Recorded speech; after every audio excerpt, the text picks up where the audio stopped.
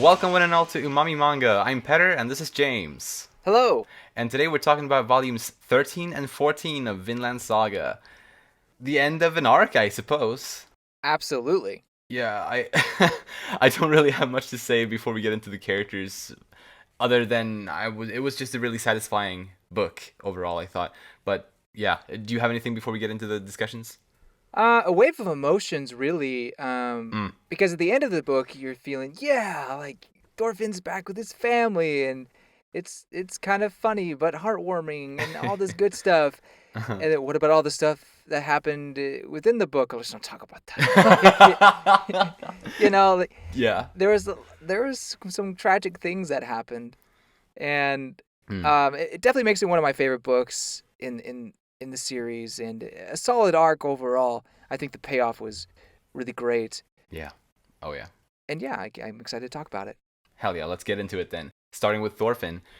He goes further with his pacifistic thinking in this book, Yeah. kind of deciding to I guess first of all deciding to always do everything in his power to take the first resort and to never Hmm. take that last resort, which is violence, and to never do that ever again.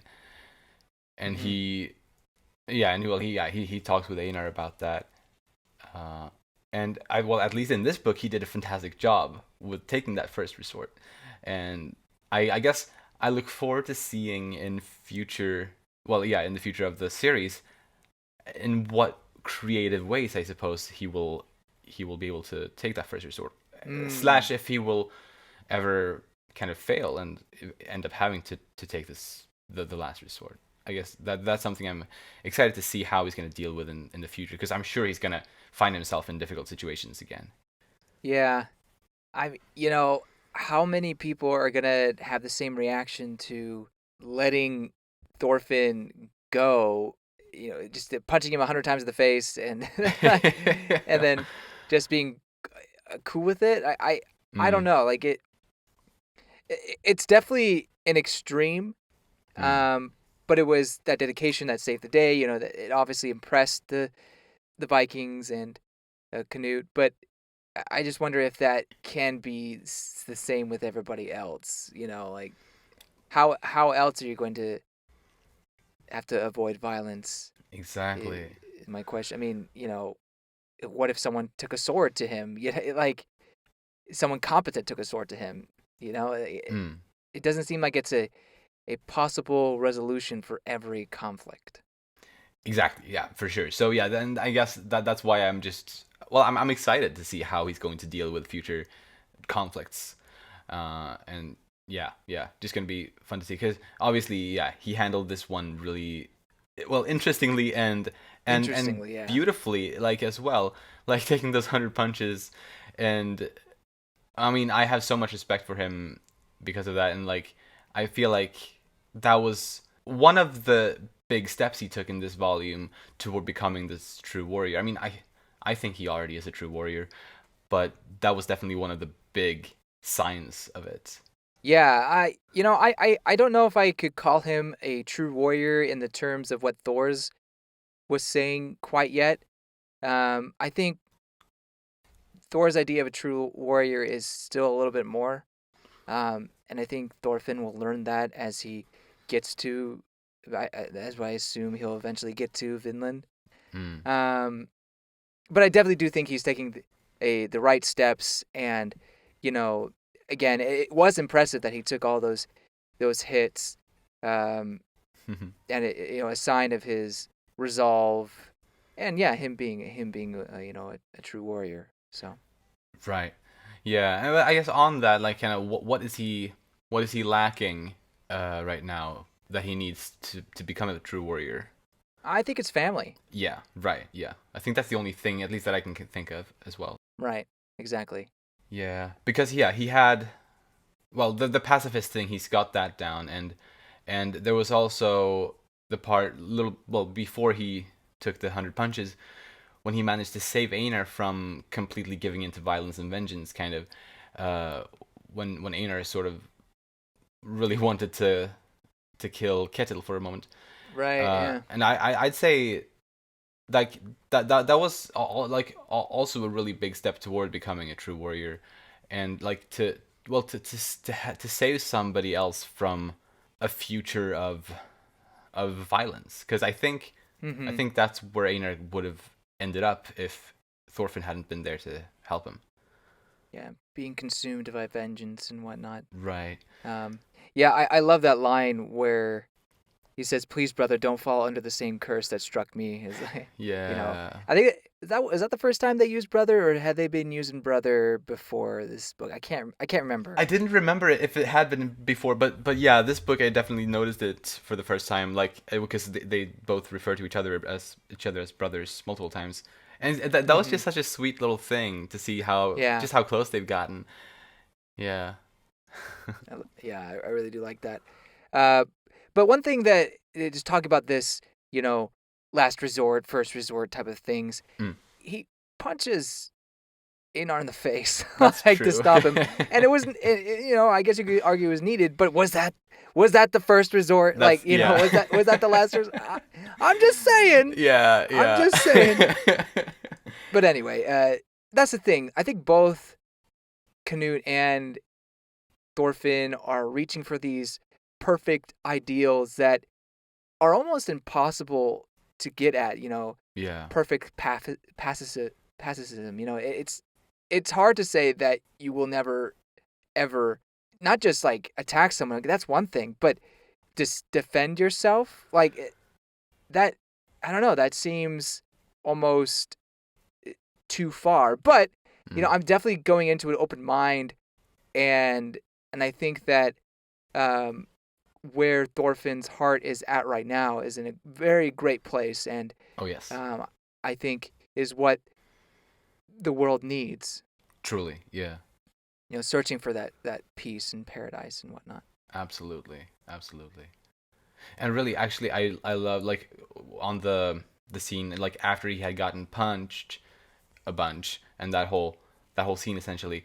Mm-hmm. I just kind of love how that whole situation kind of depicts. Well, it depicts that Thorfinn has understood his father's words about not having any enemies, because obviously because he Mm. had that little monologue after that when Mm-hmm. Wolf asked him, well, why he did what he did and all of that, and that whole scenario, uh, Thorfinn's monologue just leading up to him proclaiming that he has no enemies, and it's so good, it's so powerful. It's boom. Like yeah, oh my god, and yeah, I don't know. It's just amazing to see that Thorfinn has come to the same conclusions that his dad did, Mm-hmm. although through his own experiences.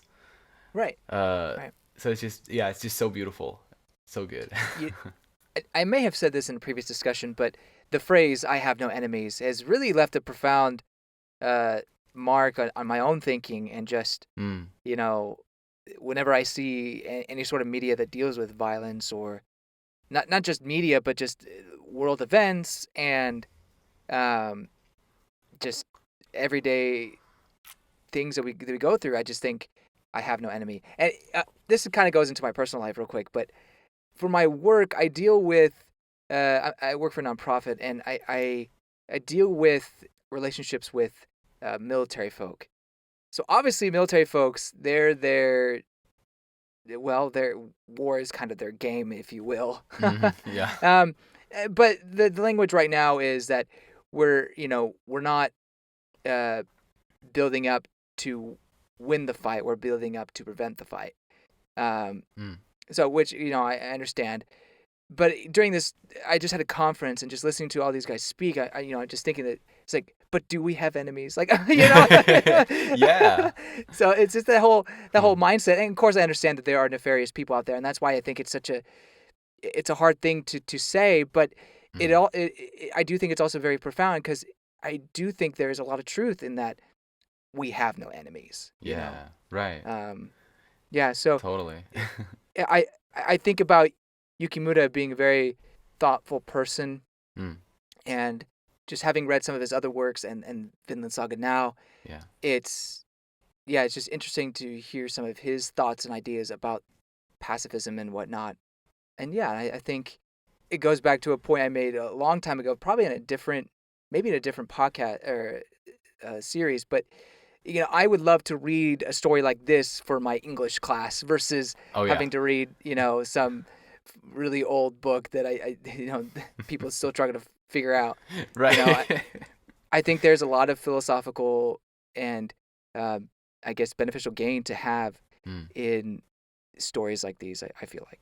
Absolutely. Yeah, totally. There's so much good media that just gets overlooked because of the medium that it's made in, Yeah, which is indeed. such a massive shame. Hmm. But oh well. I mean, hey, what can we do except like other than well talk about it like we do. Right, and to be fair, like maybe if I was in high school and I was forced to read Vinland Saga, maybe like, ugh, I would read this. Gosh, Fair high school I'll just kids. go play Pokemon. Yeah. Yeah, that might be true too. So getting back to the discussion, sorry, I kind of went on a tangent, but it was somewhat related. Yeah, absolutely. A salvation and peace greater than death. That was what Thorfinn said Arnheid was looking for. Right. And I really like that. Sometimes there is the, I guess, trope that you find freedom in death or peace in death or something like that.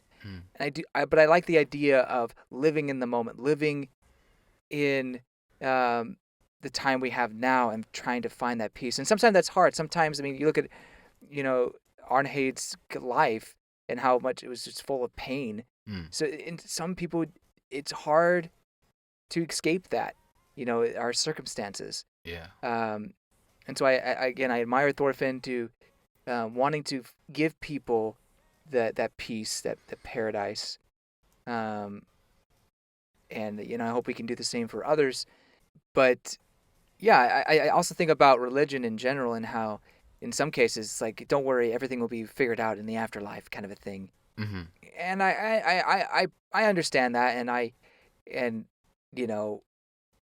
feel like that there's some peace to be had there as well. But I do think that it's important not to feel like that this life is not important or this life is all full of pain and evil, and the next life will be okay. Like this is we have this life. This is what we should be worrying about. Yes, like 100%. not so much about the next. I mean, I to each their own with religious beliefs, but we only have one life. Is all I'll say. And I think that wanting to find salvation, peace in this life is something that we should all be striving for. Yeah. Obviously, easier for some than others. For sure. Well, of course. Depending on their circumstances. But yeah, I think that's something that for me personally, I've learned, and couldn't really articulate until maybe reading this. But yeah, I see. Yeah, that's good. And I mean I agree with you 100%. And it's so important. Yeah, to find perhaps that one little thing or those little various things that makes life worth living to you. And what's kind of neat about this story here, I think, is how the joys in life or the things that make life good is in a sense kind of given to us as a metaphor through Vinland. Like Vinland is that thing that will make life better than death. For the way Thorfinn sees it now, for people like Arnheid. So yeah, I just think it's nice that it's visualized kind of in that way, and yeah, it makes it easy to understand, but yeah, at the same time, as I said, yeah, it can be applied to completely different things in our real lives, just as things that makes life worth living. Now, kind of to put a downer on all that, Vinland is viewed as this paradise because there's no war. I mean, well, I guess you do have the Native Americans who are there, and they definitely fought each other. Right. So it's kind of like if you can avoid that, then yeah, sure. Right. Yeah. But also, no slavery is what they say. Away from the slavery stuff. So that's all. That's great that they be able to do that. But is there such a place in our world now? Oh, like a literal place. Oof. Yeah. Well, I mean, look, slavery is technically still a thing. Oh Um, yeah, totally. it's very much hidden, Mm-hmm. which is sad. And I'm not sure where people get these numbers, but apparently it's even worse nowadays than it was back then. I have no idea Oh. where these people are figuring this stuff out, Huh. but there seems to be slavery still around, and obviously there's wars and rumors of wars. Yeah. So it's like, can we find a place where that doesn't exist? Eh, beyond just, I guess, within our families and where we, I don't know.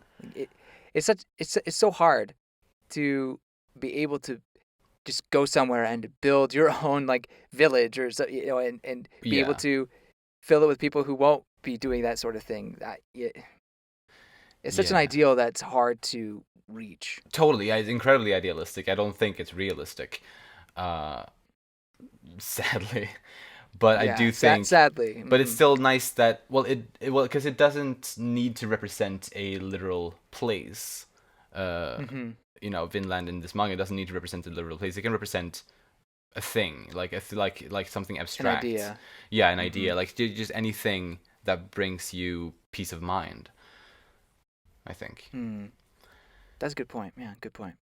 But yeah, he Thorfinn reunites with Canute and has Yeah. that whole discussion, which was just a really interesting part of the story. I thought, well, both of the characters obviously have changed a whole lot in the 4 years that Right. have passed since they last saw each other. And what was kind of nice, even though we pretty much had it all figured out, but it was still good, I thought, to sort of get it confirmed that it was indeed uh, Knute's doing that made it so that Thorfinn ended up a slave.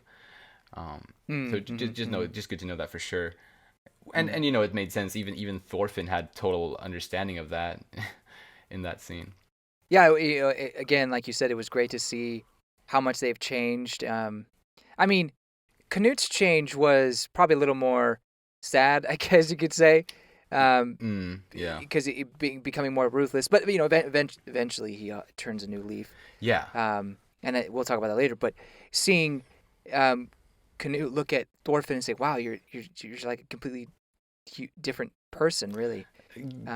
Admittedly, he was all beaten up and swollen in the face. True. That's I could hardly recognize you, Yeah. literally. Uh, Mm. but he spoke so eloquently, and Right. Yeah. instead of just living for vengeance, now he lives for, I guess, peace. Lives for finding that paradise, I guess you could say. Yeah. Yeah. And one last thing I'll say on that is, while we both agreed that it's his viewpoints, and I guess to an extent Canute's as well, are very idealistic and not technically not realistic. Mm. There's nothing wrong with trying to reach that ideal. Oh, for sure. Going for that, and I know you agree. I know you agree with that. It's just, to make sure that people understand. My mindset is that it's definitely Yes. not that I don't think it's okay to reach for that. I guess I just was also just throwing out there that how real can it possibly be to obtain that. Mm. But obviously there's nothing wrong, and I think we really should all, in our own ways, strive for that peace within ourselves, but also within our communities. Totally. Yeah, it's incredibly admirable, and I think it does make a difference, even though it might not, it's not going to change the world. It does make a difference still. So Yeah. I think it's really important. Right. I agree. Mm. He basically he being Thorfinn, takes on a role of filling the hole that Canute leaves behind. Yes. And that seems to really make an effect on Canute. Right. So in a way, they're kind of both working for the same goal. Yeah, they become accomplices or partners in a sense. Yeah, in a sense. So yeah, I guess just look for I look forward to seeing their quote unquote collaboration. Whatever more there is between the two of them, because I expect we'll see more of Knut, right? I mean, You think so? well, yeah, I think we'll see more. I don't think this was the last we ever saw Knut. He still hasn't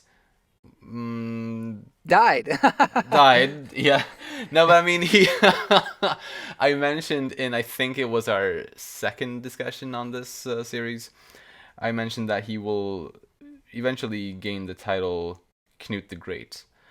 I feel like we should Oh, see that, and we should see why maybe. Um, interesting. I Okay. guess I think that could be interesting, and I also know some things. I guess some areas of the world that he will become king of, that he hasn't become king of yet.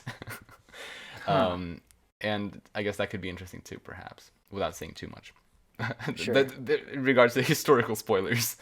Um, but Yeah, yeah. I haven't looked anything up on Canute. I have been tempted. Don't get me wrong, but I have not. Yeah, So I mm, well, I'm gonna say this talk until we get to Canute. I have a couple more right. things to say about Thorfinn, if that's okay. For sure, for sure. I'll just really quickly say that I do know, just because of having read on the historical characters, I do know a couple things on both Canute and Thorfinn, as well as a couple other characters. But it's Gotcha. obviously I don't know how accurately Yukimura is going to go with all of that. So yeah, Sure. I technically don't really know. But anyway, yes, more on Thorfinn. He remembers when that slave died on their that poor man that died on their farm Mm, back when he was a child. He remembers that Thor's had tried to bring him back to life, and I guess briefly did. yeah. Did that maneuver, and I had forgotten about that. So I read the manga and I was like, "What is he talking? He learned about that? When did he learn about that?" And then ended up watching season one of the anime, Oh um, yeah.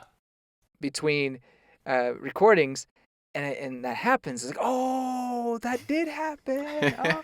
So I I was really I thought that was really cool. A cool callback For to sure. very first volume. Yeah. Yeah, that is really cool.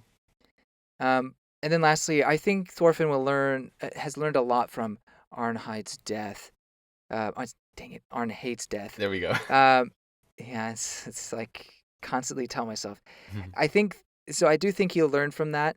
In that, when you're in the moment and someone is basically distraught and is done with wanting to live, Mm. instead of being lost for words, he can bring up Vinland in a way, or at least the concept. Right. Um, Yeah.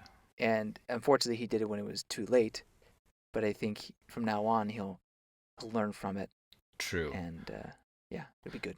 Plus, there's also always the possibility that Arnheid would have died regardless of what anyone said. You know, she might have not actually had the power of, staying alive. Right. Yeah. I would have found it hard to believe that. Yeah, she hears about Vinland and she's like, "Oh, I must live." Like Well, yeah. you know. Yeah. Mm. Yeah. But that was, I mean, that slave that died on Iceland, he at least died with some kind of satisfaction, or kind of That's true. the thoughts of something at least similar to Vinland in his head, in the moment when he died. Yeah, So at that's least, true. like, even though it might not save a person from death, it might at least give a person a more satisfied moment of death, perhaps. Hmm. Fair point.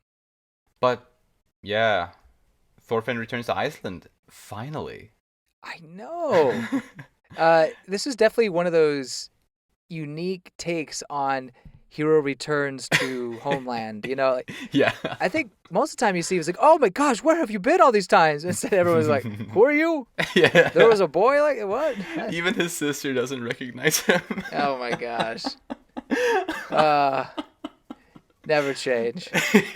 Yeah. That was so funny.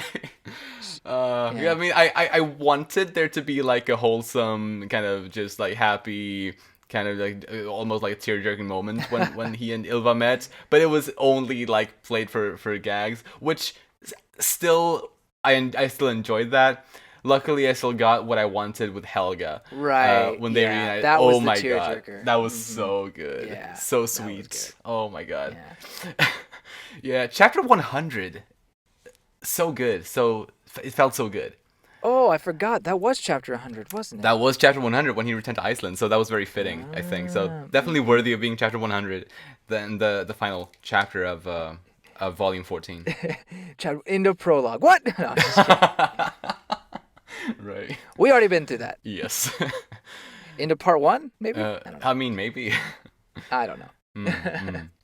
But yeah, that was really beautiful. Yeah. Anything else on Thorfinn? No, that's all I got. Although that was quite a bit. Well, yeah, I mean, he is the main character after all. Fair enough. Let's move on to Einar. Oh yeah, so about him. So well, which I sort of touched on a little bit before, but going into a little more depth here. In book 5, I speculated about Einar perhaps becoming much more of a violent man. I had like that, and I was very strong. Like I was very adamant about that theory.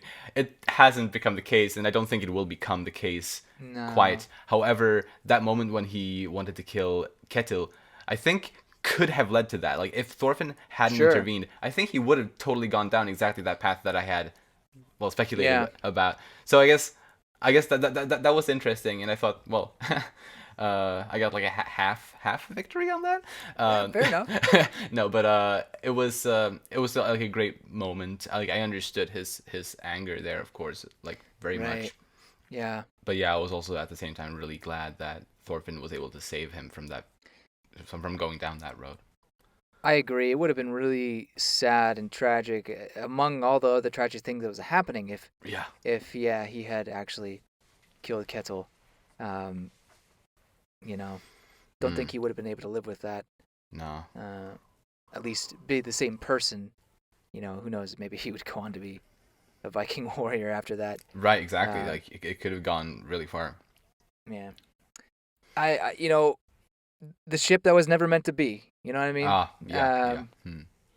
With Arnheid and all and well, with everything that happened with her, I think we talked about last discussion early. I expressed my thoughts that it kind of felt like it was going to go that route, just that you bring the husband into play and all that, and I was just a little worried that it wasn't going to go down very well for the Einar Arnheid ship. Yeah. And lo and behold, that was the case. Yeah. Expressed his feelings, He but did. she had already passed at that point, I believe, or either she did. I don't know if she actually heard it. I don't know. Right. It Yeah, didn't. she probably didn't hear it at Yeah, least. so it was kind of glad he got it out there, but you wish you could have done it in a better situation, Yeah. and whatnot. Hmm. Yeah, that was sad. Part of me kind of wished for that part, like the part where Thorfinn is trying to save Arnheid's life, and Einar is shouting at her to try to get her attention. Like Mm-hmm. that part of me kind of wished that would have been a bit longer, because that was, to Mm. me at least, that was the most emotional, or at least, yeah, at least one of the most emotional parts of that scene. And I think if that had kind of gone on a little longer, if that had been stretched out a little bit, I would have probably, well, I would have felt it a lot more, kind of, maybe, I thought. But it kind of, well, it kind of ended, to me at least, it ended a little faster than it could have, perhaps. I don't know. Like she passed, or they noticed that she had passed. Yeah, maybe it could have gone a little differently, where you know she passes. They try to revive her. She does get revived a little bit. She comes Oof. back, and then she says some of the things, like Oh. like is there peace to be found? Like I'd rather die, or Hmm. I'd rather be with my family Right. than stay here. Like if she had said that after coming back and then passing away, maybe that could have been a little more powerful. Maybe. Um, but that would have been also a little too similar to the slave that we mentioned from the True. very Could beginning have of the been. story. That's fair. Yeah. So I don't know. I mean, Yeah. I mean, I do think it's still tragic and sad, Oh but I yeah. do hear what you're saying. Like it could have been maybe prolonged, or just done a little bit longer, than really like hit you in the gut. Yeah. Right. To just make us suffer a little bit more, please. No, but it was good. I really, really loved it. It was great as it is as well. But yeah, yeah. Just very, very much nitpicking there. Hmm.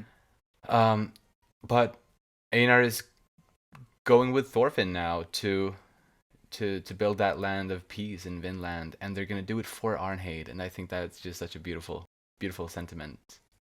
For Arnheid. Yeah. Oh, and oh my God, when they said that, and they Yeah. hold each other's hands. Oh my God, that's so good. Love that panel. Whew, Or yeah. that page. Just Mm. beautiful. Yeah, it is so beautiful. That guy. Okay, like we're talking about how that I wanted to suffer more, but that page right there. I mean, I wasn't suffering, but it got me emotional. Oh Like yeah. Mm. that got me teary eyed. Like, Honestly, just now talking about it, I didn't shed any tears, but my eyes definitely got a little bit watery. Like just talking about I mean, it. it's powerful. Yeah. Like especially when you're doing it for someone that they care about so much. Yeah, so good. And especially like for me with the previous book, Arnheid became one of my favorite characters in the story. Like You're right. And so for her to not just pass away in this one, but also to be remembered in that beautiful way, it's just so good. Well, I mean, can we talk about Arnheid now then, or do we have some more on? I have Einar? one last little thing on Einar. Okay. It's just Einar telling King Canute how terrible it is to have your fields taken. I thought that was a like a pretty powerful moment, just because we as readers have already seen that happen on a smaller scale when the farmhands ruined their fields. Right. Like so we like thanks to that we have an easier time to understand Einar's feelings about that whole thing. So I like at least that's where my mind went. So when he said that to Knut, I really understood him in a way that I probably wouldn't have, at least as well, if we hadn't had that previous instance in the story. So I really liked that part and that point that he made about that. Agreed. But yeah, no, we can hop on to or move on to Arnheid next. Yes, I don't have much on her though. Yeah, not a whole lot. Her death was sad, obviously. Going into the beginning of this arc, how Arnheid was, introduced throughout, I thought that she would potentially leave with them, and join them in their new village, I guess. Especially when Thorfinn was talking about creating a village, I thought that was going to be a possibility. But also, I was worried how Kettle would handle the whole situation of her potentially leaving. Yeah. And so clearly that did not. My fears were justified in what Kettle ended up doing, and knowing that she also lost her husband, at that point I was also kind of, I guess it was mixed feelings in that I just found it hard for her to be able to continue living, not move on. You know what I mean? Yeah. Like, I understand Einar had feelings for her, and she probably, it definitely felt like she was pretty flirtatious, not gonna lie. But at the same time, having her husband come back and then die, it may have been a little too much for her to continue going on, or even finding another person to love. But anyway, the punishment scene was really, really hard to read. Yeah. That was really oof. That was probably the hardest part in this whole book. Right. Well done on Yuki Muga's part, but also just sometimes there's just those moments in media that like books or movies you hear. You just, this makes me uncomfortable, or this is hard to watch. Kind of situations. Yeah. One moment that comes to mind is pretty old, actually. Have you ever seen Oliver? It's like a musical that was also made into a movie. Like based on Oliver Twist? Yes, based on Oliver Twist. Okay, I don't think I've seen it. The book. Right, yeah. So there's a scene where I believe Fagin is his name. Is it Fagin? Yeah, Mr. Fagin. That's like the main bad guy. No, not Mr. Oh, it is the main. Yeah, the main bad guy. Okay, he takes a pipe and beats the woman. It reminded me of that, and I always wait, are you talking about Bill Sykes? Sykes, that's what I was talking about. Yeah, because that's like the right one. That's like his right hand man, kind of. But he's that's the bad guy. Not Fagin is Fagin is like the leader. Like Sykes works for Fagin, although Sykes goes out of hand more than Fagin, kind of. But Fagin's afraid to say. Anyway, what is this, an Oliver podcast? What I'm trying to say is there an Oliver Twist manga that we can cover? what I'm saying is, Sorry. Sykes that his beating reminded me of. I forget her name, but his girl, he beats her, and that always made me uncomfortable as a kid. Gotcha. Yeah. And so just having this scene as well reminded me of that, and it's just so wrong, and it makes you feel terrible. Absolutely. And then when she's asked, "Why do I live? It's nothing but pain." That was really kind of gut-wrenching. That her life is just so full of misery. She had those happy moments, but ever since then, it's just been misery after misery. Yeah, and like everyone she loves to that point had died, including the baby in her stomach. Oh gosh. Like, and then when she imagines with her husband and her first kid, and then the baby who hasn't been born yet, she imagines it. It's so sad. It is. Fuck! What a shitty last 5 years of life she got. It's not fair. Really though. But damn. It makes you wonder how in real life could someone have had a similar experience, and I think potentially yes. Sadly, yeah. Yeah, in that kind of time frame, or maybe that could have been someone's life, and it just makes me sad to think that could have actually have happened. It's really terrible. Totally, yeah. Anyway, that's all I have on her, and I'll probably be saying for Arnheid for a long time. Dude, good, me too. Yeah, she will be remembered. But let's talk about King Canute next. Well, first of all, I just want to point out how he was just so impressed with Thorgil's attempt to kill him that he wished he would serve him again. I like that little Look, that was pretty good. Like he should come back. Right, like I wonder if he thought he could have done something similar as with Thorkel, with Thorgil, Maybe. like just kind of recruit this person who was once his enemy. Although again, with Thorkel didn't appear in this book either. I wonder what's going to talk about that later. Yeah, we will. but yeah, no, like he will probably never have Thorgil work for him though. Probably not. I'm glad that Canute was able to escape his downfall, if you will. Yeah. It feels like he's been able to control the will of the crown now. And it's not so much that he feels so high and mighty about it either. At least that's the feeling I get by the end of this book. He understands his responsibilities, his duties. He's not using the ruthless, nefarious means to get his goal, achieve his paradise. Right. And I think that is because he feels that, as we were saying earlier, he now has someone else who feels similarly. Like he has the same goals, like a companion, a partner in a way. Yeah. Even though that they're miles apart, and who knows if they'll see each other again. Yeah. But I guess it's the idea of knowing that someone else out there thinks the same way as he and is striving for the same paradise. Yeah. He feels as though he doesn't need to rush or act so ruthless, I guess. And that's the word, like only the word I can think of for some reason. Yeah, no, but I mean it's true. He definitely acted ruthlessly.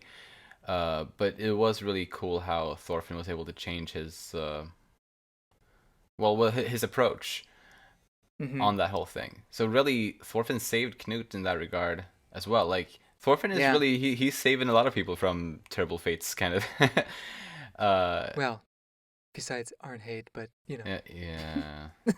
Well, he tried. We're supposed to move on from that. I'm sorry.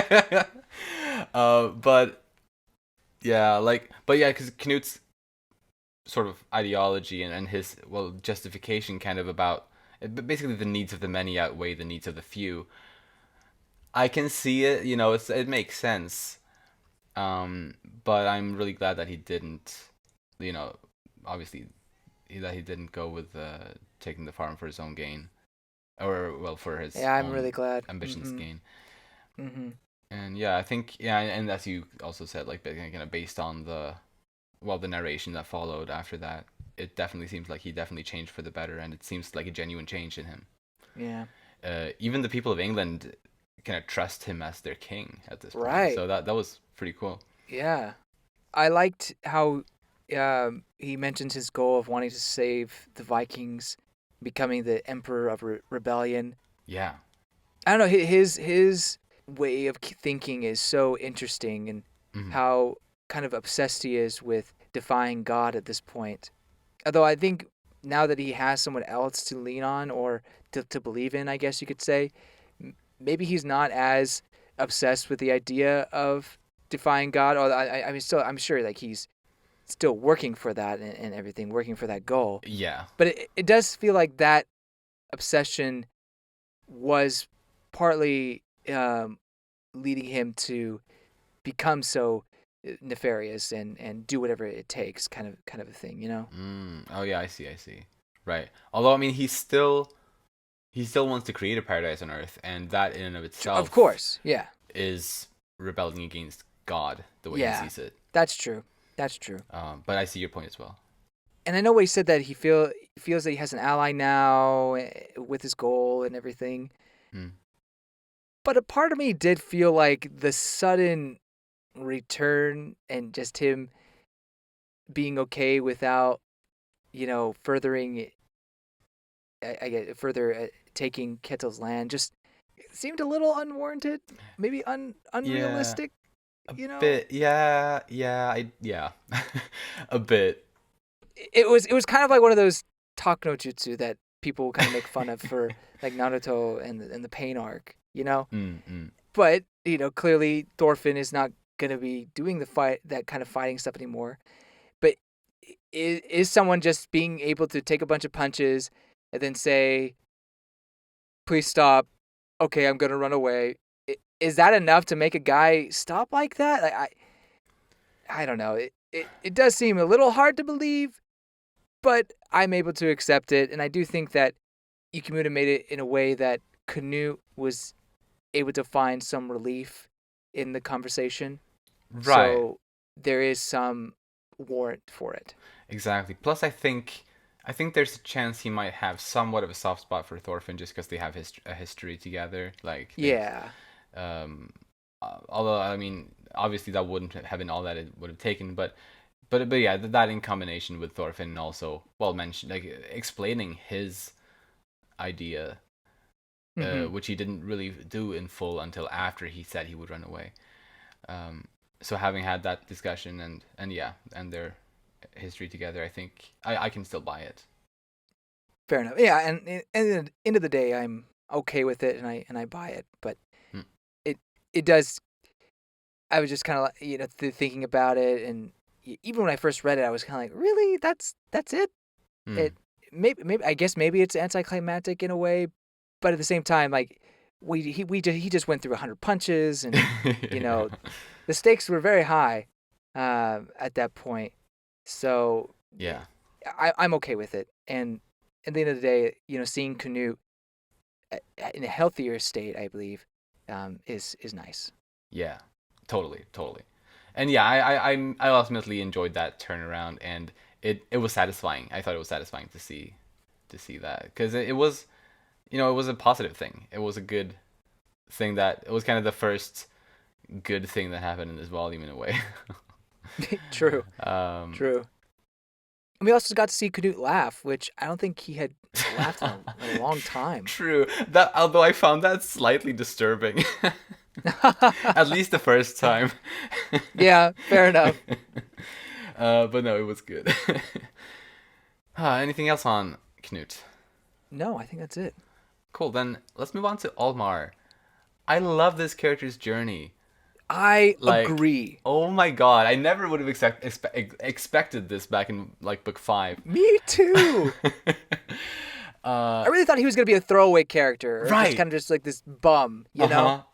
But he's become more of a man than his father. 100%, yes. It's crazy. 100%. Yeah, because when he stood in front of his brother and his mother, and he said, that they should surrender, that must have been really hard for him to do that in front of those two people, especially. But damn, I respect him so much for it. Yeah, bravery, 100%. He mentions the bravery to stand there and be laughed at, like he didn't have that at the time. Mm. When he was in yelling, is that what it? Yelling, yeah, yeah. Mm. Yelling, but telling his family that no, we're going to surrender. That took a lot of bravery in and of itself, I think. Totally. Especially with a brother like Thorkill. Yeah, and a mother like his mother as well. Like It's both true, of them, yeah. truly, I think. Uh-huh. Yeah. I just love the line from what the old man, Sverkel. Sverkel. Mm. In exchange for the farm, your son has become a man. It's Yeah. like, yeah. Yes. Oh my god, yeah. And I mean I imagine Olmar could have taken after Sverkel in terms of how he ended up as a person, because really the two of them are, in my opinion, out of the family members, they're the only two really good people. But yeah, like he became a man not by killing another man, but by understanding that killing is wrong, and that's yeah. And in a sense that, I guess, in a sense that makes him a true warrior. Just having come to that understanding, at least on he's on the way there, because that's I think such an important understanding. Absolutely. Like especially for someone having grown up in that society. Yeah, definitely one of the best character arcs for a character that is really just looked goofy, or well, not goofy, but just kind of felt like really a side character that didn't matter. But great development for him. And he mentions he wants to be like Thorfinn. Yeah. So Thorfinn is really making an impact on the people around him. Yeah, really. And changing people's lives in that way.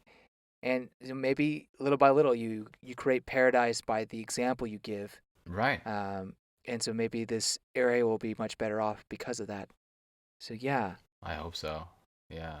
I remember last discussion, or it was one of the two discussions, we were talking about Olmar, and how I was kind of hoping that he would end up going with Thorfinn. Oh yeah, you mentioned that, right? Yeah. Yeah. Unfortunately, that didn't happen, but I'm glad with the way it went. It would have been cool to have him there, because like I said, I really like this character now. Yeah. But I understand, like, he's got to stick with the farm and Mm. Be the man and everything like that.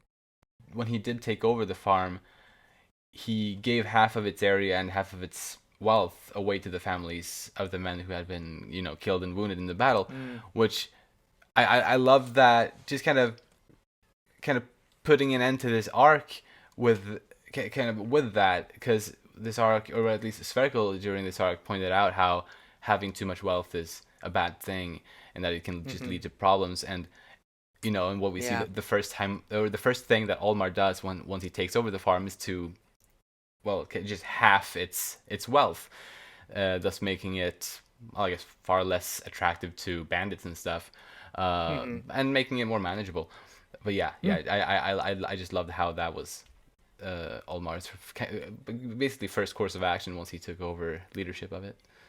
Yeah, I like that. Way of showing or giving an apology. And way of repenting for his family's actions. Precisely. Yeah, it's good for the people who risk their lives, but also kind of theme wise, I like how it tells us that you don't need all that wealth. Like like one person doesn't need all of that for themselves. It's true as well. Let's move on to Leif Erikson then. Okay. Actually, I didn't take any Leif Erikson notes. okay, fair. I mean, I don't have much. I don't have too much on any of the rest of the ones, but what I got on Leif is that, well, he's going to help Thorfinn get to Vinland. I just wonder, like, if that means that he intends to go to Vinland with him, or if it means that he only, well, that he will only tell him how to get there. Like, I guess we don't know for sure there. Although I bet he wants to go there with him. The question is just, it's just kind of if he can do that, kind of because it's the because age. His age. Yeah, right. Yeah.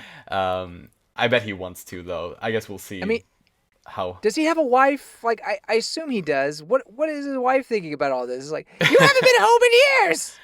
Like, or maybe not years, but I don't know. Like, yeah. He just may be too old to go on a voyage like that. Right.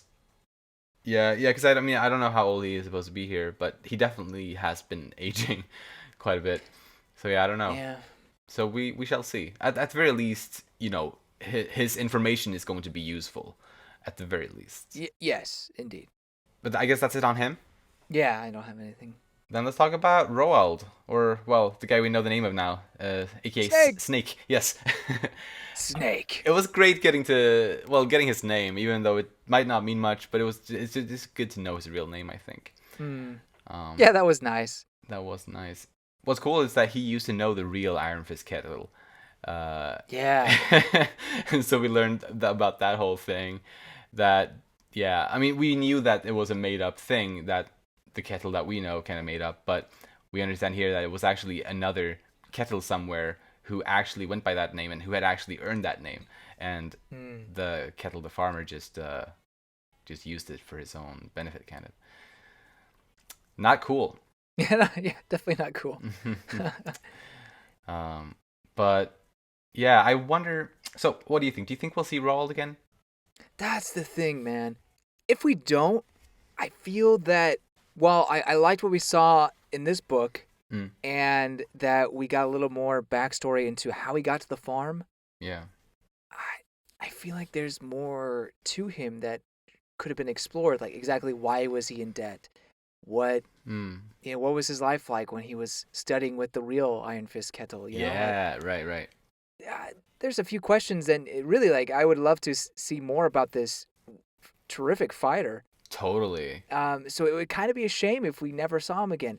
But at the same time, it does feel like that they're parting ways for almost for good. Yeah. Yeah. Like, it's so hard. Like, I'm having such a hard time kind of predicting the story. We'll talk more about Right? predictions later, but Mm-hmm. it's really hard to say for sure, like, if a character is done or if they'll come back. I mean, you didn't seem to think that we'll see more of Knut, or did you, or Uh-huh. Yeah, um, I was really just I really thought that Canute's story was kind of done just based on that mm, kind of epilogue that we got. right, and that's totally a possibility. Yeah, I mean, obviously I don't know either, but But uh, but yeah, Snake or Aurol didn't really get an epilogue per se. true. He got like a little scene where they talked about what the guests were now doing on the farm, but he didn't get like and Rod went on to do this and that. Right, right. Yeah. I guess maybe because he's not a historical figure, so maybe that's the difference. I guess so, yeah. Unless you know of a Roll, son of Grimm, is he a historical figure? I don't know. I mean, maybe he is. I have been surprised by some of these, but I don't know if he is or not. Gotcha. Um, I mean, Thorkel is a history, like the tall, he's a historical Right. character. Yeah. Mm-hmm. Um, and like I feel like he and Roald now are kind of in similar camps since they're each from. Well, I would say we've gone through two arcs in the story now. I guess you could say the prologue arc and the slave arc.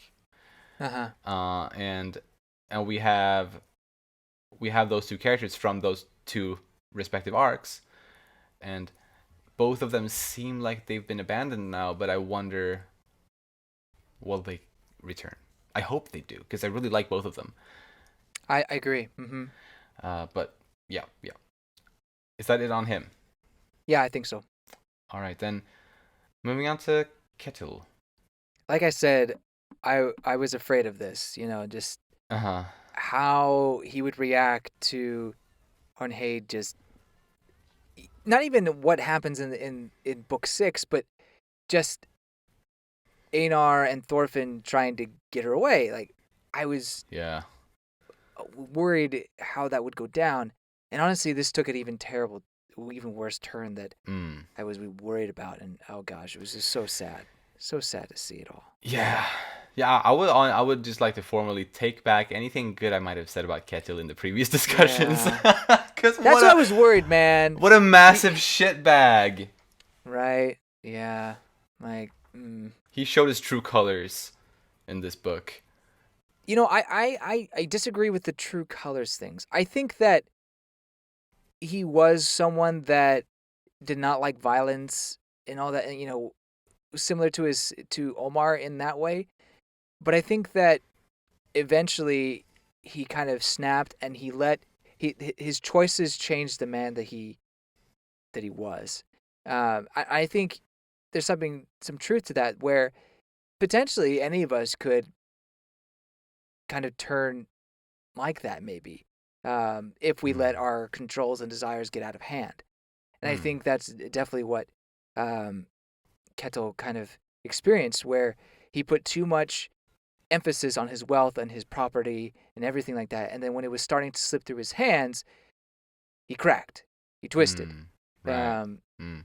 and I think that's where he was at fault. So I'd say he was a good man, but that does not mean that he is saved from what he did. Now, if he seeks forgiveness, if he were to eventually, like, you know, try to repent of his ways, like, obviously that's kind of a thing that we've seen in stories like this.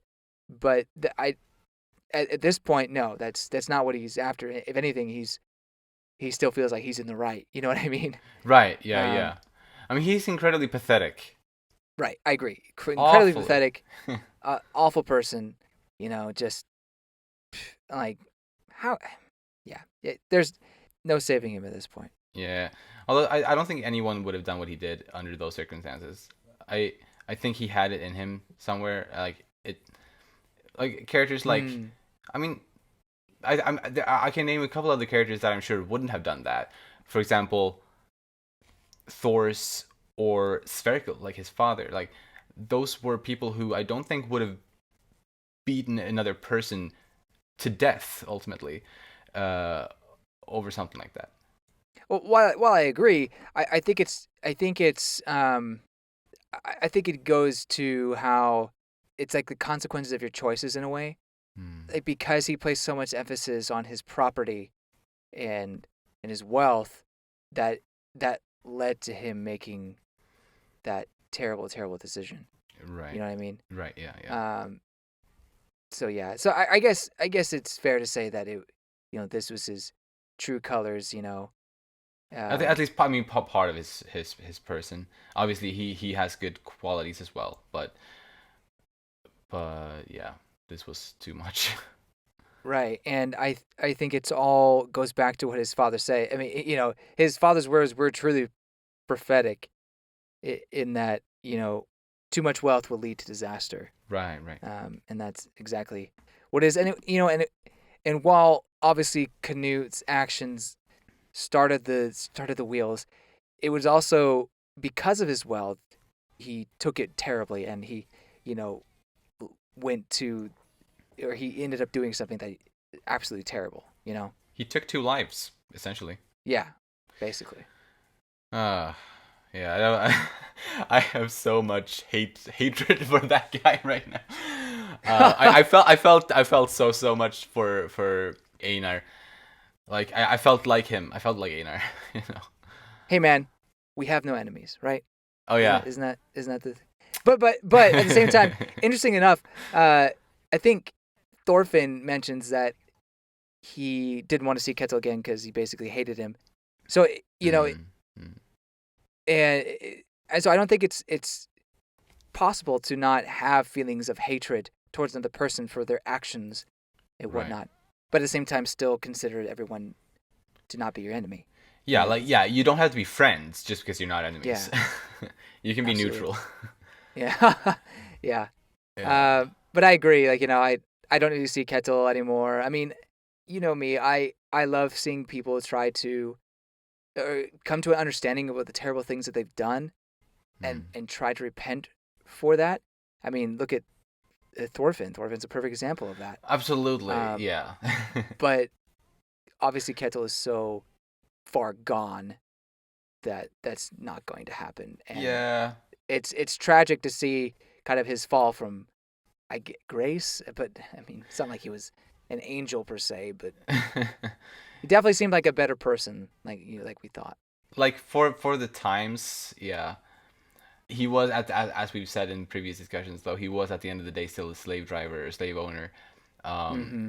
True. Meanwhile, other characters like Thor's and Spherical would have never, considered having slaves. So like Yeah. he, Very good point. there were still even better people than Kettle out there. But Yeah, mm, and yeah, that's a great point.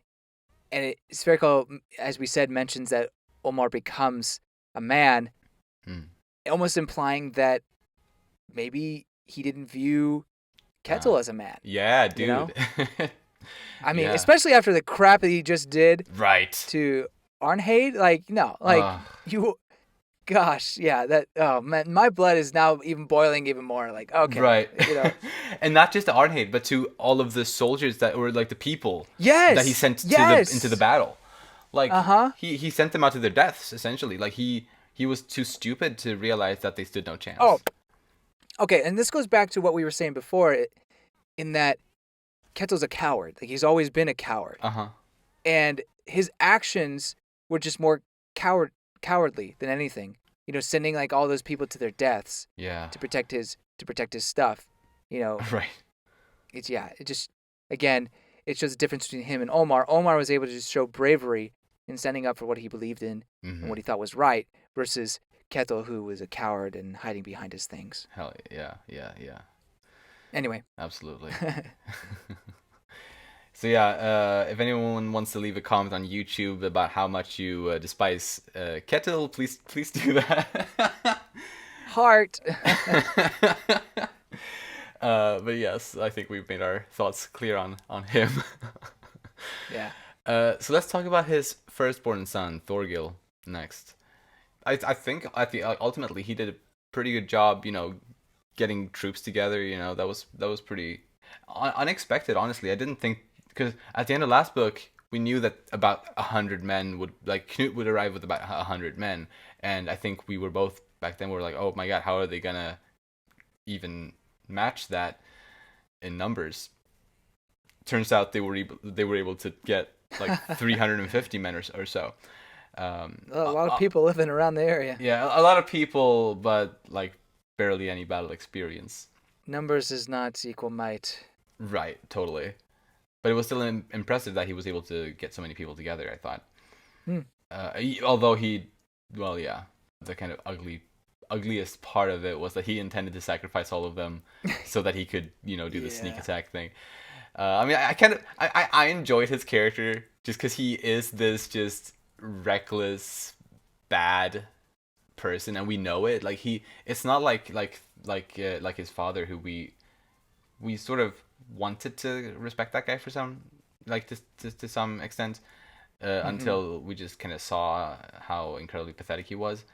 Meanwhile, Mm-hmm. Thorgil never, like, he was always what we knew. Like, we always knew what he was about, and because of that, just as a fictional character, I can enjoy him for that kind of. Yeah. Uh, the moment where he swims in the water to get behind Canute, like that. Does that whole scene and everything. I mean, I'm not gonna lie, it was pretty epic. Like, Yeah. pretty cool. Like, wow. Totally. Yeah. Yeah. um, but yeah, at the same time, like he was definitely too extreme and too barbaric for my liking. Oh yeah. Ever since the last book, where he just killed everybody in sight and yelling, like that was Yeah. too much. Mm. So gone forever, it seems. Right. Yeah, according to the narrator, he was never heard from again, which is like an interesting quote or a statement, just because, like, I don't know, is that supposed to mean that he will just literally never, there's zero chance of him ever appearing? I guess so. Yeah, I guess. I mean, unless it's implying that he was never heard of from uh, the Kettle Farm. I guess it's not called Kettle Farm anymore. The Omar Farm. Yeah. Right, Um, right. but yeah, I take it as yes, he'll not be back Mm. in the story. I think so as well.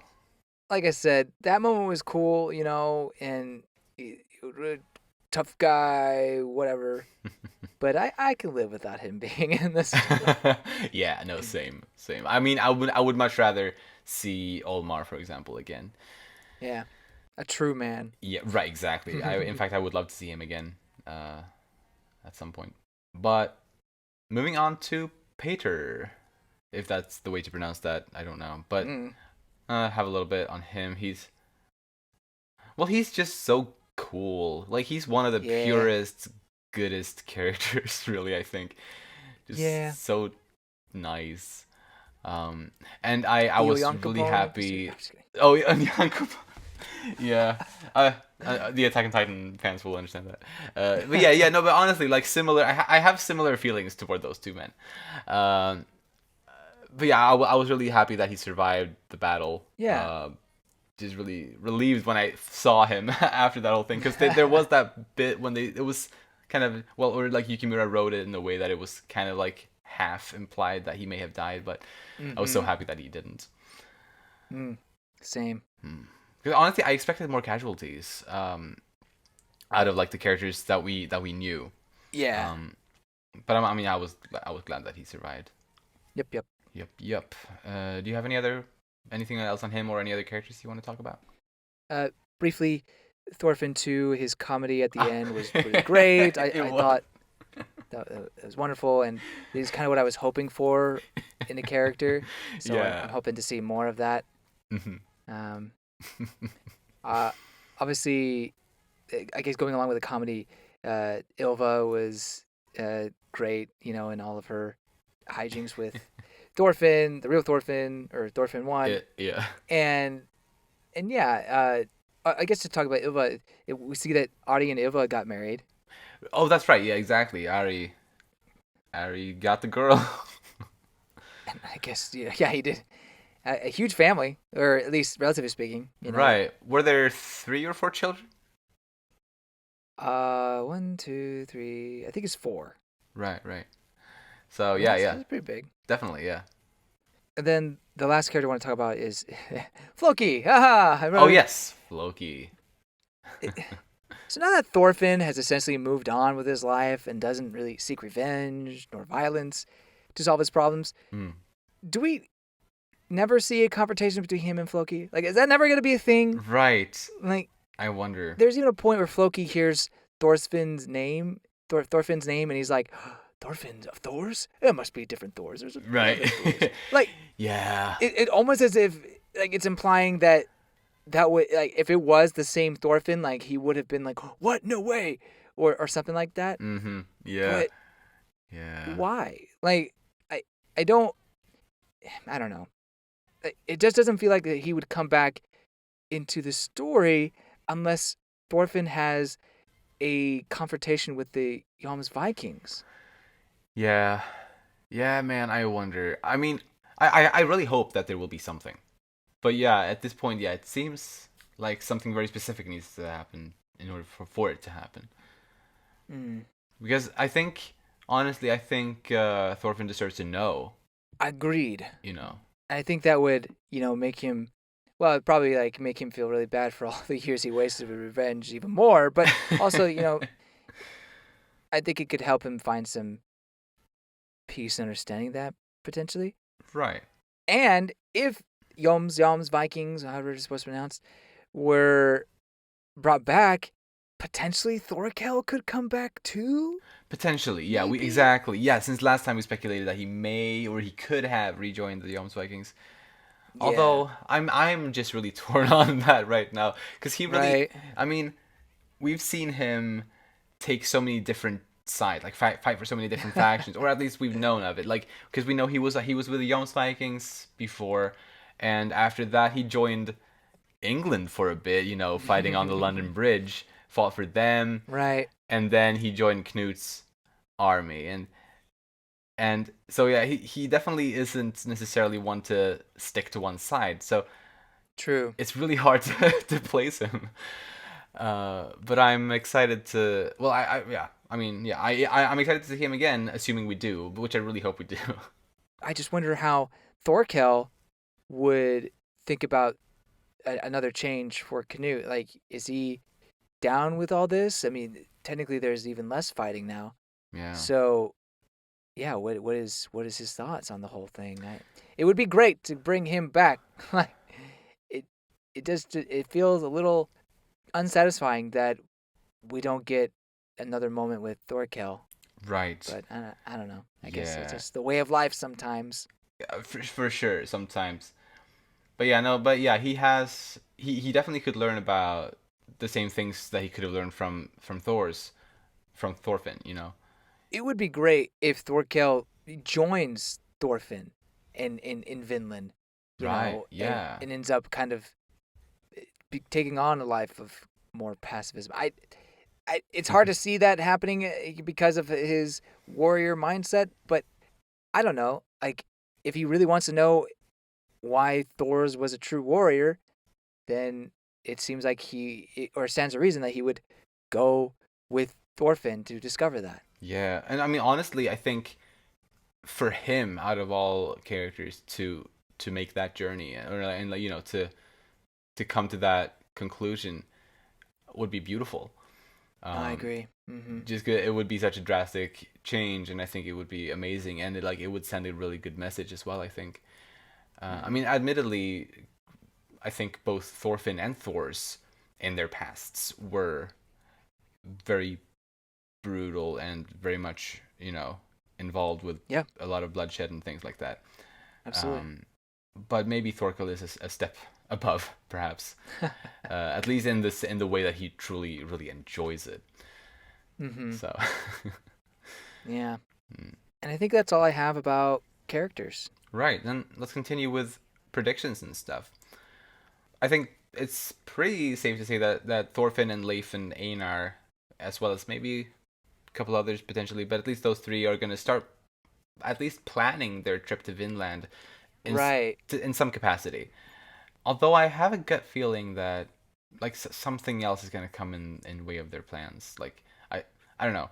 I feel like there's going to be something else before they actually go. Like there's going to be another adventure maybe, or maybe not adventure, and that might not be the right word, but I think there's going to be something else, another obstacle, something's going to happen. But at least they're going to aim for making that journey, and they're going to start maybe making preparations for that perhaps. But I have that gut feeling that something's going to come in the way of that. Yeah, I agree with that, and I wonder how long it will take them to set sail. Yeah. Are they going to need to get a certain kind of boat?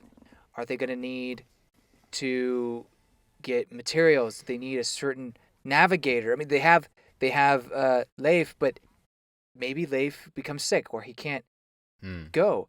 So, and for some other reason, maybe they have to find a new navigator. Or some Mm-hmm. other like person that is going to help them get across the waters. Indeed. I don't know, but maybe they need to get a crew, and maybe that's gonna take a while. I'm not sure. Yeah, yeah. I mean, I think you're right. Like they need more people than the three of them, for sure. They need a woman.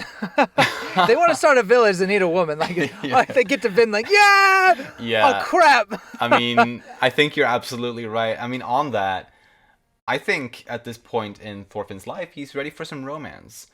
So Oh I think man. it's about time we introduce his love interest. I'm so interested to see how Thorfinn handles romance. Like I don't. I feel like he's gonna be very, very, very awkward.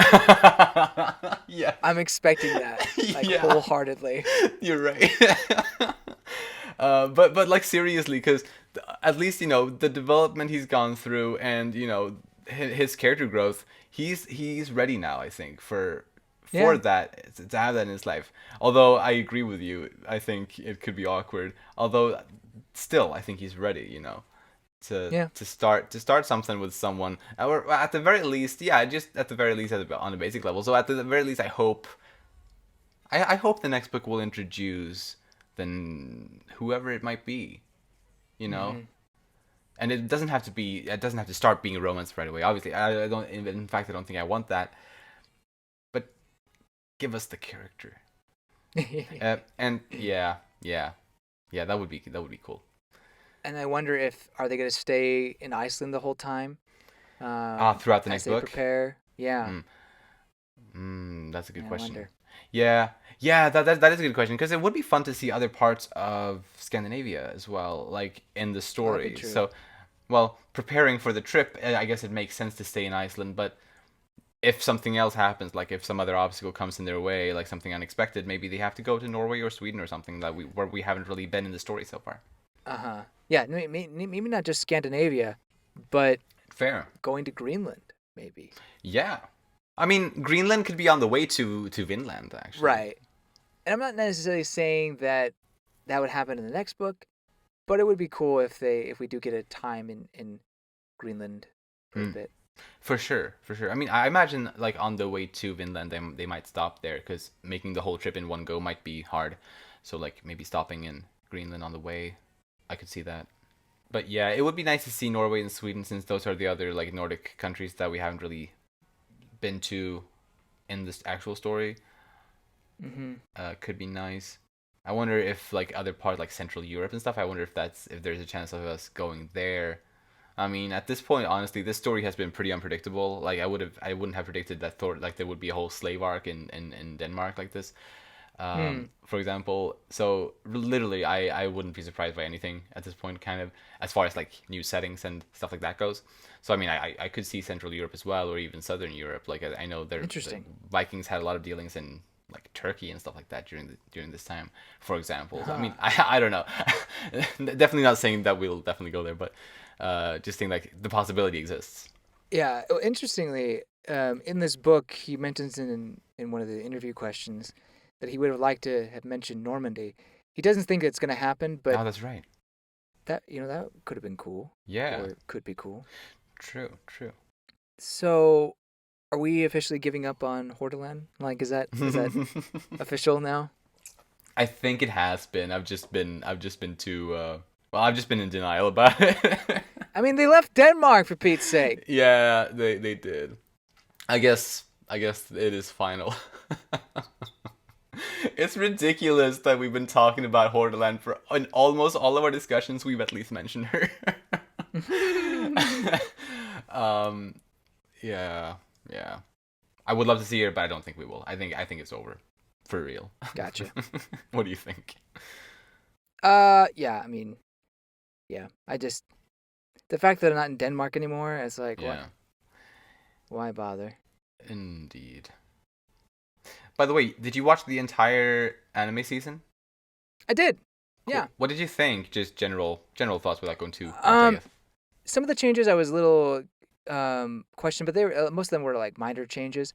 But I liked the addition of showing Thorfinn's childhood with Askeladd and his eventual time in the manga. You know, like there's some anime filler in there. Ah, Um, okay. I've forgotten about that. That's interesting.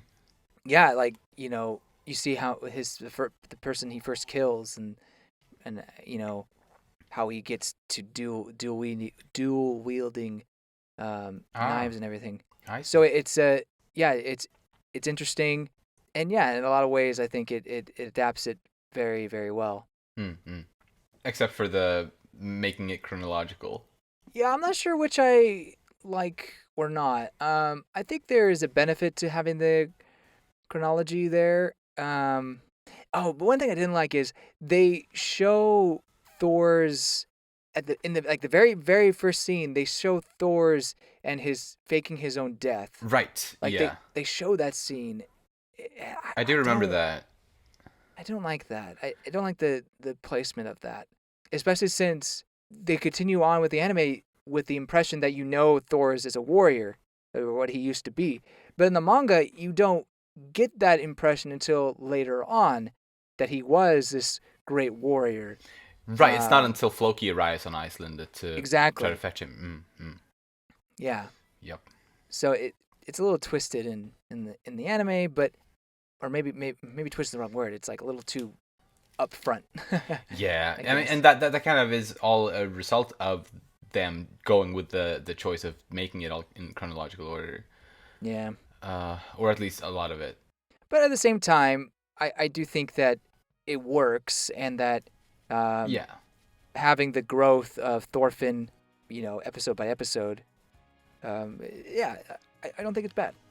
Fair, yeah. And I mean, yeah, I think I agree from what I can recall. I just, as we talked about in our first volume discussion, the first chapter of the manga is such a good opening chapter, and I don't think I don't think the anime matched that in the way it opened up the anime. I agree. And when they adapt that chapter, it's just not as good. I don't think. Yeah, like the placement of it just doesn't feel as fitting, kind of. Yeah. But yeah, I'm glad you at least enjoyed that, and I should definitely rewatch it at some point, since I remember so little of it. But yes, that's it then. If you enjoy our content, you can follow us on Twitter at Umami Manga, and it would be lovely if you'd like to support us by either rating our show on the podcast platforms or subscribing to our channel Umami Manga on YouTube. If you enjoyed this episode, please share it with anyone you think might enjoy it too.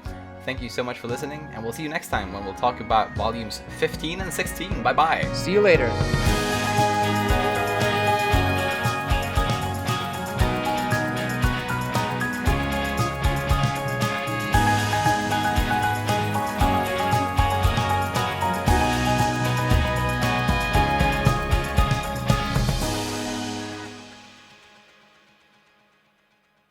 For Arnheid. For Arnheid. Haid. It was Yeah. Haid. I was right. Yes, you got it. I'll never have to mess up that name again. Hey. Thank God she died. Oh, No. No, I can't even say that with a straight face. I love you, Arnheid.